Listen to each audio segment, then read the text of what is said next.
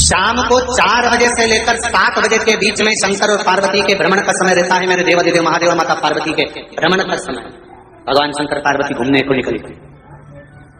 इसलिए हमारा सनातन धर्म कहता है शाम के समय पर माताओं को झाड़ू नहीं लगाना चाहिए, शाम के समय पर माताओं को चूड़ी बिछिया नहीं बदलना चाहिए, शाम के समय पर माताओं को मांग में सिंदूरा नहीं भरना चाहिए, शाम के समय पर माताओं को बाल नहीं बांधना चाहिए, शाम के समय पर माताओं को चौखट पर नहीं बैठना चाहिए। उसका कारण क्या है?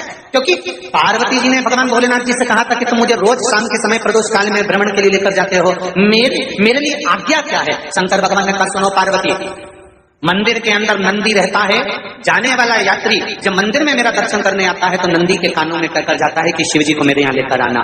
मैं नंदी के अनुसार उनके घर जाता हूँ, मेरा काम है उनका कल्याण करना और तेरा काम है उनके घर की नारी को अखंड सौभाग्यवती का वर प्रदान करना, ये तेरा काम।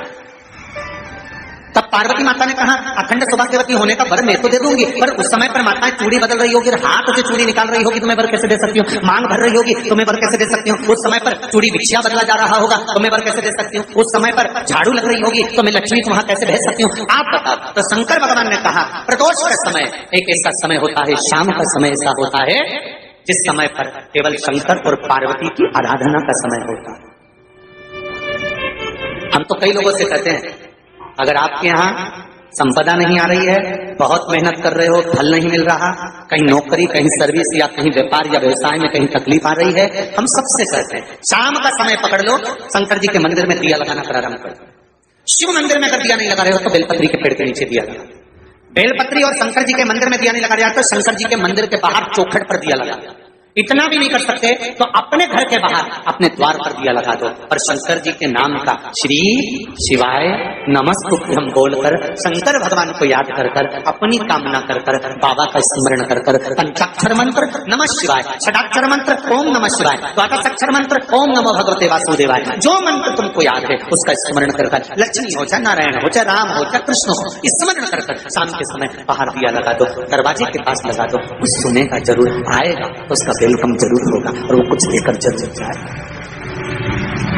नियम तो बनाओ, उसकी चौखट पर जाकर कहना पड़ा।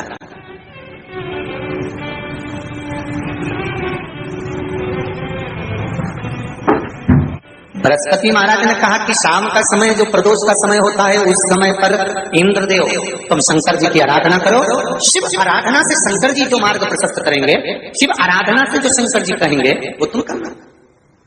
ठीक है, आराधना करी बाबा भोलेनाथ जी।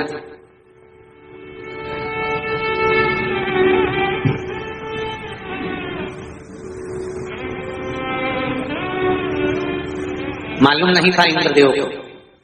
बृहस्पति महाराज ने प्रदोष की महत्वता समझाई तो प्रदोष का समय जानकर शंकर जी पर 7 बेलपत्र प्रदोष के दिन इंद्र ने समर्पित कर दी बिना सोचे। कितनी बेलपत्र? 7। प्रदोष का व्रत करो चाहे ना करो, मंदिर में चढ़ी हुई बेलपत्र को उठा लो,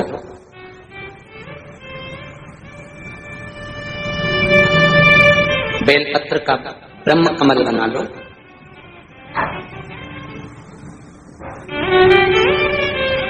ब्रह्म कमल का मतलब होता है डंडी बीच में रहे, आसपास पत्तियां न।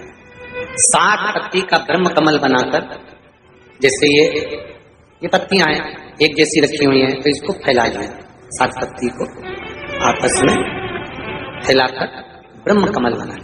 प्रदोष का व्रत करें ना करें, जरूरी नहीं है कि वृक्ष से ही पत्ती लेकर आओगे तो ही शंकर जी को चढ़ाओगे।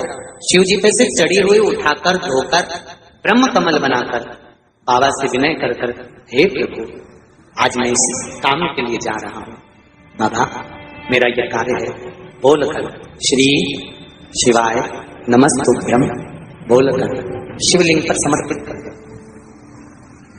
दिन भर के प्रदोष व्रत का फल बाबा एक बेलपत्री समर्पित करने पर ही प्रदान कर देता है।